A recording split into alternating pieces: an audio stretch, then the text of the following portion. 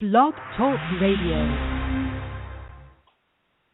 Hi, and welcome to Linda's Conscious Talks, and I'm your host, Linda Summers. And we've got another great show for you today. We have Dr. Dubroff back on our show again today. He will be here the whole month of June, so look forward to some great conversations. And today's topic is Classical Homeopathy Transformational Healing. And for those of you who are just joining us and haven't had a chance to go back and listen to June 1st and June 8th, please do. You can go to Linda Summers' YouTube and see those videos and listen to those shows as well. So that would be good to check into those and hear the topics that we've had back then. So Dr. Dubroff received his bachelor's in biology at the University of Massachusetts in Boston in 1997. He attained his doctorate in naturopathy from the National College of Naturopathic Medicine in Portland, Oregon in 2002. Naturopaths are recognized as primary care doctors in the state of California. Dr. Dubroff is an alternative doctor and practices a three-pronged approach to holistic medicine. Scientific evidence-based botanical nutritional medicine stimulating the individual's natural resources to heal, and diet and lifestyle to promote and ensure health and wellness. Dr. Dubroff completed a year-long residency in mental health and homeopathic applications during his schooling at NCNM. He has given many lectures in the community as well as hospital and other medical settings. He has also designed a year-long CME course on alternative medical applications for mental health professionals. Dr. Dubroff started his clinical practice in Portland, Oregon, where he served as a preceptor doctor for training students in homeopathy for NCNM. He moved to Los Angeles in 2007 to work with an orthopedic surgeon for 2 years before starting his own practice in Orange County and San Diego County. And with that, I'd like to welcome Dr. Dubroff back to the show. Hi, welcome back. Hi, Linda. It's good to have you back on. It's nice to be back on. Thank you for having me. Yes, you're welcome. So I was going to start off with a question, but what I wanted to lead into, because I found this very fascinating, and it seems like, or it feels like the theme, what we're really talking about are some modalities to help our bodies to heal and how we can promote them to heal. So with that, I was on the airplane, and I heard this woman say that she had this muscle disease and that she was just going to have to live with this. And I thought to myself, wow, like, how many people do they say if they've got whatever disease, diabetes or whatever it is, and that, you know, I'm just going to have to live asthma. I'm just going to have to live with that the rest of my life. I don't believe that. What's your thoughts on that? Well, you know, I can...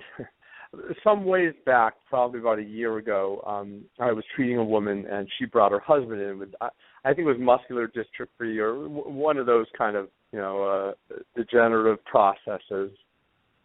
And I've actually done really well with neurodegenerative processes or muscular or autoimmune or these kind of things. Anyway, he came to see me. I don't remember what the condition was. But it was one of those muscular dystrophies or something along that line. And And this happens a lot with homeopathy. Not a lot, but it happens every now and then. We got a remedy for him, and they were so set on seeing it. You know, I'll get to the point related to what you were saying, I swear. But they were so set on seeing, I think, natural medicine or really classical homeopathy fit a conventional prescribing method. They didn't listen to what I was saying, which was basically, classical homeopathy. We're looking to stimulate the system to heal, like you had mentioned, and that initial process in classical homeopathy, because we're not looking to treat with opposites, depression, antidepressants, but we're looking to treat with very safe, very effective medicines, very dilute medicines to stimulate a response from the system. And we're looking to provide a medicine that is very, very much the well-fit medicine. And in this case, we prescribed medicine for him. I said, take one dose because he didn't walk well, and they took more because I think probably like a lot of people do, they think, oh well, how could this work with just one application, 2 applications, 3 applications, right, or whatever it might be. But the idea is that once when you're trying to stimulate the person to respond, once you get a stimulation, you can go with that. Anyway, they contacted me, a month later saying, when do we stop this? And or they didn't even say that. I forget exactly what they said. But he was basically having some extended muscle twitching and spasms and such. And so, of course, it occurred to me that, he was in the continued aggravation. I asked, well, he's not still on the remedy, is he? And she was like, oh, yeah, he was taking it the whole time. And I love these people to death. But I think that if he had remembered that I said only take him to an aggravation that stopped. And I guess the point is, the sad part about that is, and this can happen in homeopathy too, the aggravation can kind of frighten people a little bit, but it's so dilute that there's really nothing to talk about it with it. That's why a lot of conventional systems have such problems with it, because it's just so dilute. They don't understand how it could work. But it can aggravate, and therefore, under that explanation idea is, listen, if this can aggravate you, and I'm telling you it's going to aggravate you, telling you once you get over that aggravation, if you handle it appropriately and don't burn out your energy on it, it's going to start to help you heal. And whether it be he was frightened of the aggravation, whatever it was, I couldn't ever get him to take the medicine after that. And of course, all he would have done after just dosing constantly and tiring down his system, that he couldn't respond to it. He didn't have any issues post from it, from what I'm telling. And his wife even told me that she had seen some improvements. But we couldn't continue treatment even though we had started treatment and seen a desired response, a confused response. But that happens a lot. Even when people are willing to digest it, sometimes they're not willing to digest as much as they think they are, and it's always been a mystery to me to how that happens. Might have not been completely the response we were looking for, but just reminded me of that, considering that case and what you chose to talk about with a muscular issue. Yeah, well, and I think the whole I feel like with that, it doesn't even have to be a muscle disease. It could just be asthma or, diabetes or anything that we feel that, okay, this is something that we've been told that we're going to have to live the rest of our life. And I just don't feel that that's true. I think that... Well, yeah, and that's what I'm saying is people get attached to these thoughts, and I don't blame them. They're worried that they'll go down some false hope road, or they're worried they won't get better, or they're worried about the energy it takes to take themselves out of a new state to see hope. It's very stressful, but I mean, the conventional system is what it is, but I don't, you really have to not be paying attention, or if you don't realize that it doesn't really treat chronic health conditions all that too well. The home of conventional medicine is infectious disease and surgical considerations and emergency medicine, not chronic health conditions. Unless you think the only thing that you should ever try in your life is steroids for instance, for like autoimmunity, which will pretty much deteriorate your body in short order. And there's plenty of research for other ways. Right. Well, I guess that's where I feel that the classical homeopathy, when we talk about that, is one of the modalities that is a possibility, depending upon what the person's situation really is. That's where you're going to define what route to take. But for the sake of the conversation today on our show, we're talking about classical homeopathy. So, and you mentioned that you had given this person a homeopathic remedy. And I guess what came to my mind was, when it's kind of like so you're basically given a prescription.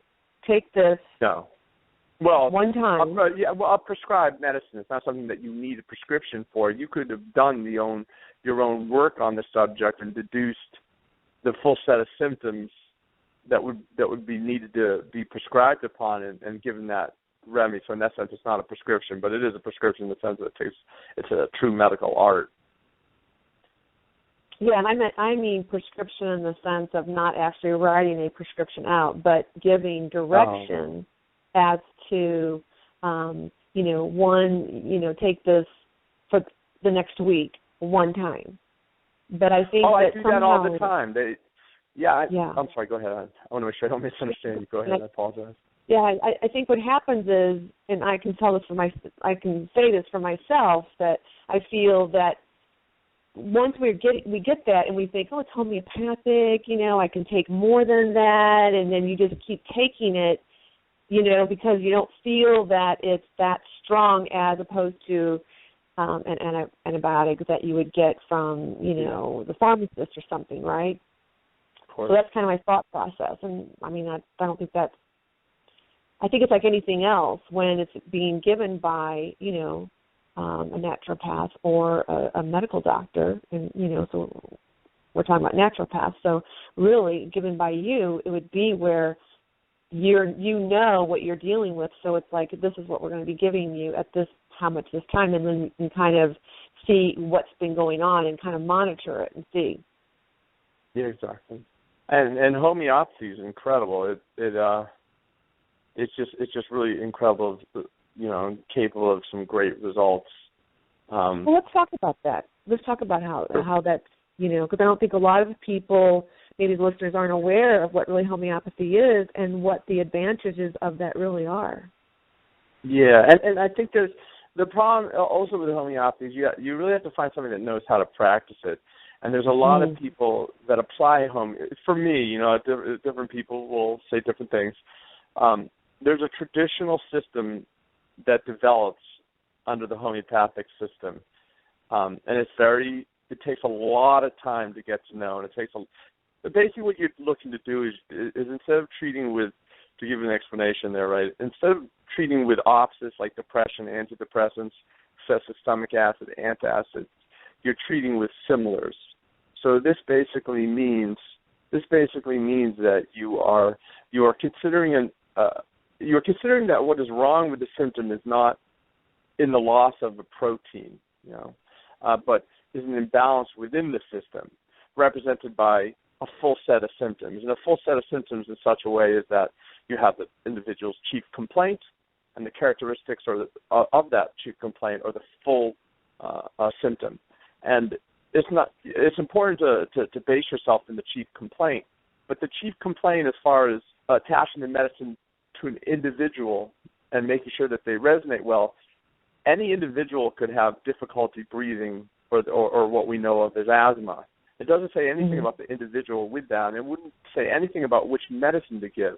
It's certain characteristics in the realm of the chief complaint that say, oh, well, it's not this type of asthma, it's that type of asthma. For instance, if the person develops asthma through extensive cold, that could be a way to lean it. A modality, made better or by worse, for instance. Another modality might be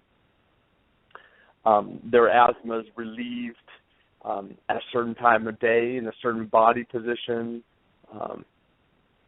When they do have asthma, they have other symptomology that comes along with the asthma. Maybe they get digestive gurgling with the asthma.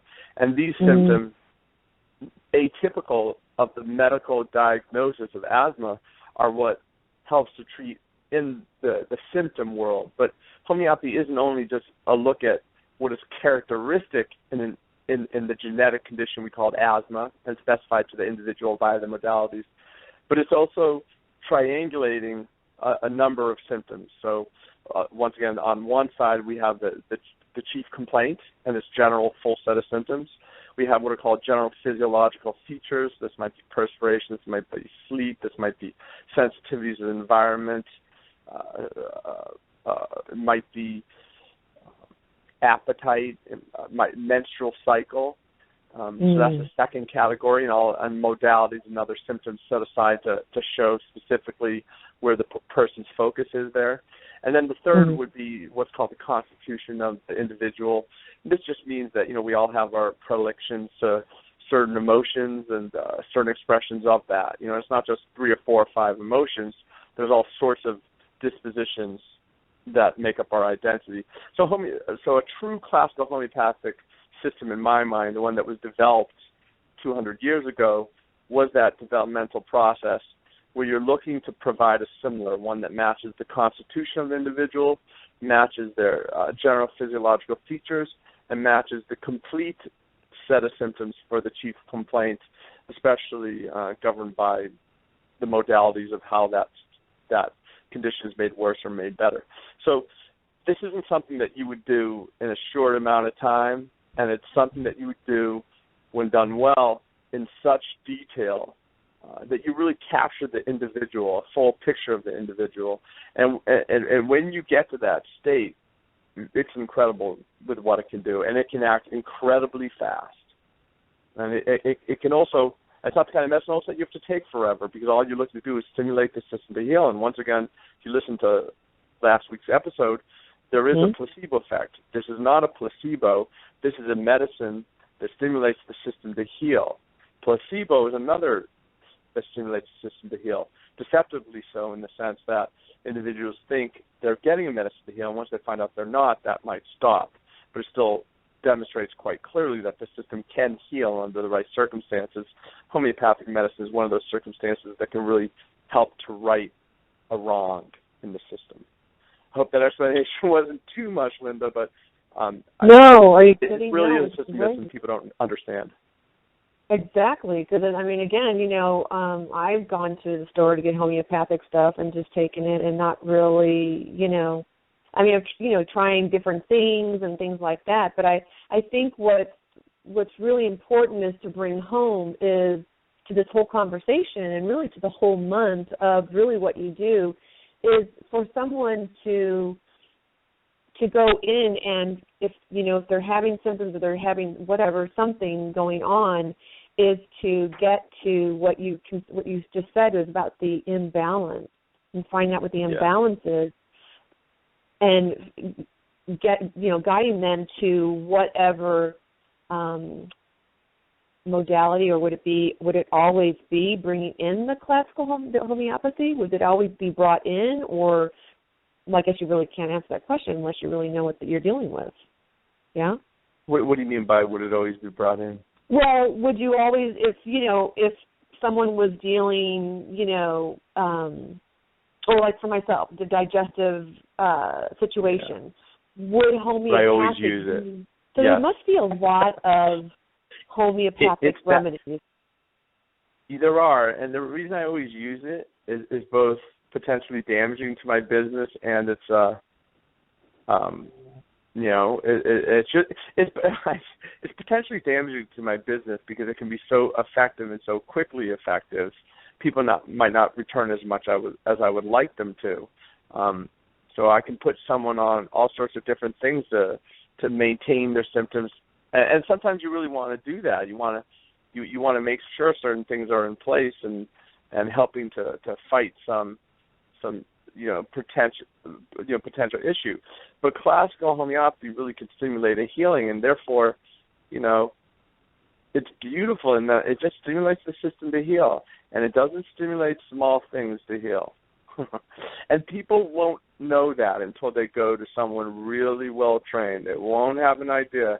And there are so many people that practice it and say they practice it, but it's not classical homeopathy. There's a big difference by what people call homeopathy, which could be almost anything. I'll muscle test this, I'll muscle test that. It's not that I don't believe in muscle testing, I guess. I'm unsure of it. It seems like there could be, how could you ever assess false positives and false negatives with that? I don't know. It's just not the same thing. Classical homeopathy is a lot of work. Not only do I need to be able to extract the symptoms from the individual and understand what they're saying. You have to understand what they're saying. But not only that, you have to understand the state in what they're saying. Because they'll make claims and suggestions of I feel this way or I feel that way, but you have to listen to how they're representing it to really understand and fall down the rabbit hole. And so, when you extract all that information, then you have to know how to find it within what's called the repertories, which is our books, and find the appropriate symptoms to match it up. You have to know which symptoms to use. You just can't use 180 symptoms. Once again, you have to be able to feel into that state, of that individual, and then say, okay, these are the important symptoms. Then you have to do a relatively good triangulation and representation of the case. Representation of the case meaning, you don't want to over-represent some symptom that the individual isn't so interested in. It does need to be a practical application too. And then once you get all these once you get this repertorial analysis of symptoms, you'll get this long list of medicines. Then you have to know medicines really, really well. You have to know what they're capable of doing, because remedies, just as an individual, can kind of throw off, I have this symptom, I have that symptom, I do this, I do that, blah, blah, blah, blah, blah, blah, blah. A remedy is the same thing, but you have to know what they're especially associated with. You have to know which symptoms can come and go and which symptoms are predominant in the effect of it. And homeopathy is proved upon toxicological symptoms. So if you understand that there's a toxicological grounding in homeopathic remedies, and that, if something, homeopathy is like cures like. So if something can bring something on, it can cure it. But with the homeopathic symptom, you're just diluting it. So there's a lot of work there. And it's not for somebody that doesn't want to spend their time. When I first did classical homeopathy, when I was getting out of school, and I loved it, and I was one of the top homeopaths in my school, I spent 10 hours a case. And the only reason I spent 10 hours is at some point I just had to say, I'm not exactly sure if I can find a better remedy. This seems to be what I can find, and I have to stop looking, because you can just keep going through books and repertories and symptoms and try to reanalyze things, see if you looked at it the wrong way. And now I can kind of just look through a long list of remedies, know that my symptoms are good, and know that I've spent the time to analyze it and extract not only the symptomology but the state of the symptomology, and then I can just kind of scan a bunch of remedies and say no, no, no, maybe no, no, sounds all right, no, no, no, oh, look at this, and so on. So it's an exciting and gratifying thing to see a medicine help to reconfigure someone. It's really, truly amazing, and I wish more people understood and appreciated it. And I think as there are more people that are interested in classical homeopathy, it's going to start seeping into the public knowledge of what it's capable of. It's a matter of time. Cool. But the problem is I'm not sure most people want to work that hard at something like that. It's a labor of love. The only reason you become a classical homeopath is because you just love it to pieces, because it's amazing. It's truly a great investigational experience. Well, that's why they want to go to you, because you have a passion for it, right? So I love it. Once you find somebody, you don't. No. What? You do. You have a passion for that. Oh yeah, of course. I adore classical homeopathy. It treated me, and it doesn't make you perfect. It just takes away a lot of the intensity of something that you're directing, and it just it just takes the heat off your perspective. It allows more of reality. Like I think was I saying to you that you can't tell reality what it is. Reality tells you what it is. Right. Did I say that on the last show? Yeah. So it's the same thing. To some extent, if we're just talking about a psychological effect from homeopathy, not a physical effect. From a psychological effect, it's like all of a sudden it becomes clear what reality's saying, or you're not feeling like you're barking. I don't orders or something. It's really hard to understand. All I know is from my personal experience of watching my patients, it's just all of a sudden some heat is removed and everything becomes easier. It's really quite I love beautiful. that. Well, and you had mentioned a little bit earlier that it could be damaging to your practice because it can go too fast. But what really came up for me was because what a lot of people don't know, and if they're going to be listening to these shows for the whole month, which we hope you do, listeners, because really, he does so many things that we can't even tap into for the whole month. And so really, it's happening in that, and saying it's damaging. Yeah, but you have the craniosacral, which we'll talk about next week, right? The craniosacral therapy. And I've been doing that for, oh my gosh, I think I told you 20-something years, and my kids have been doing it since they were 5. They still do it. It's an amazing modality. Truly amazing. And, the body electric. Yeah. Yeah, so there's so many, so that tapping into that, not having people come back. So I think having people know what all the things that you're up to and doing that when one thing is taken care of, just the craniosacral itself, and my experience with that is just the whole nervous system just going, and just relaxing into that moment and that space and just letting go of everything. So I think craniosacral is incredible. Oh, yeah, it's amazing, It is amazing. Yeah, totally. And we've got 4 minutes, but I'm trying to get these questions out there. So, and I know we talked about the craniosacral. I don't know if there's anything that you want to bring in, but I did have a question on the transformative nature of the homeopathic system. I don't really know what that is, and I don't know if we've touched on that during our conversation because I'm not sure what that is. No, I just think transformational, and it's anything, for me, when I say transformational, it's anything that doesn't require a medicine or maybe even a lifestyle choice to ground down the change. Now, whatever you're doing, if you apply yourself, you're going to do better. But for me, transformational is some application of something that helps to move. And maybe transformation isn't the perfect word. It's just an understandable word. But it transforms the system. It takes off some heat, takes off some intensity. And before you know it, without any effort, without any attention, that's what I always loved about homeopathy and craniosacral or any kind of biomagnetic treatment, it just helps the system resolve. And for me, I've got a lot of explanations of why that happens. But, and that's the difference. You've got all sorts of medicines. On one end, I do something like prolotherapy, where I'm sticking needles into the interface of the bones and the connective tissue. It's very, it's a very safe procedure, but it's a serious procedure, and it's great. In and of itself, it's restorative. It's really restorative too, because it regenerates connective tissue. But then you have, I'm into conventional medicine. I would use antibiotics in situations. I would use steroids in situations. There's all sorts of things that you can do, but that's the difference between transformational and mechanistic, materialistic medicine. It doesn't really consider how to help the system. It considers how to stop the system.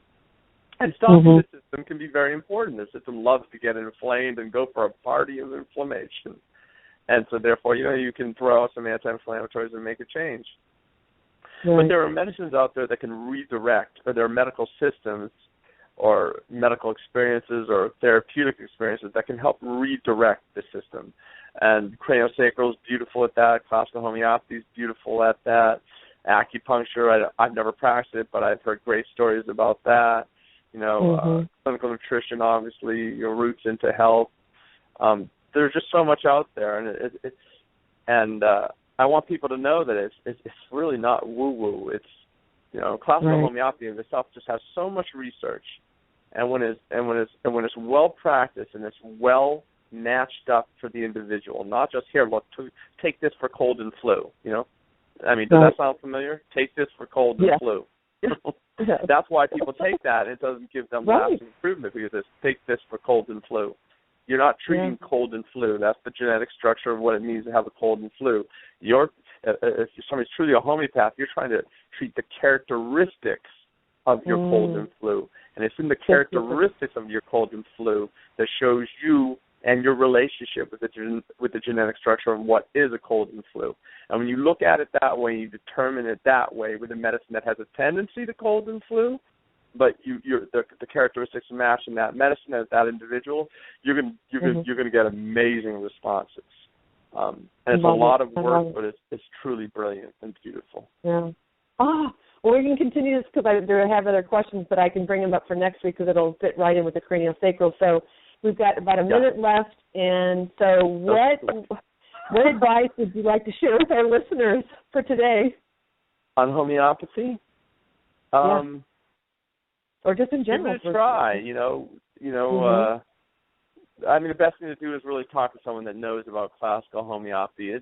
There's a lot of learning curve there, and I'm not sure we provided a conversation that would make people understand it. But it's, truly, I guess the issue is it's truly restorative. And it's not Dungeons and Dragons. It's truly restorative. And I don't know. I would always just want people to. I do it in everything I do in general medicine because it's that effective. Well, you guys, listeners out there, definitely give Dr. Joe a call at 949-444-4884. You can also reach him at www.holisticsolutions.com. That's correct, right? HolisticSolutionsDoc, as in doctor.com. Yeah, doc.com. So give him a chance, give him a try, call him, and because I know he's great at what he does. And so thank you, Dr. Joe, for being on the show again today. We look forward to seeing you next week as well. I'd like to thank all the listeners that joined us today and the ones that will be joining us via YouTube. Thank you so much. Please follow, subscribe, comment, and like us, and join us next week, June 22nd, for our next show on craniosacral therapy, increasing CNS circulation and function. So thank you again so much for being on the show, Dr. Dubroff. We really greatly appreciate it. And for all you listeners, really give him a call, 949-444-4884. Trust me, you won't regret it. So he's amazing. He's passionate about what he does, and he'd be a great person to get in touch with. So thanks again, Dr. Dubroff, and we'll see you next week. Thank you, Linda. I'll see you next week. All right. Bye. Bye.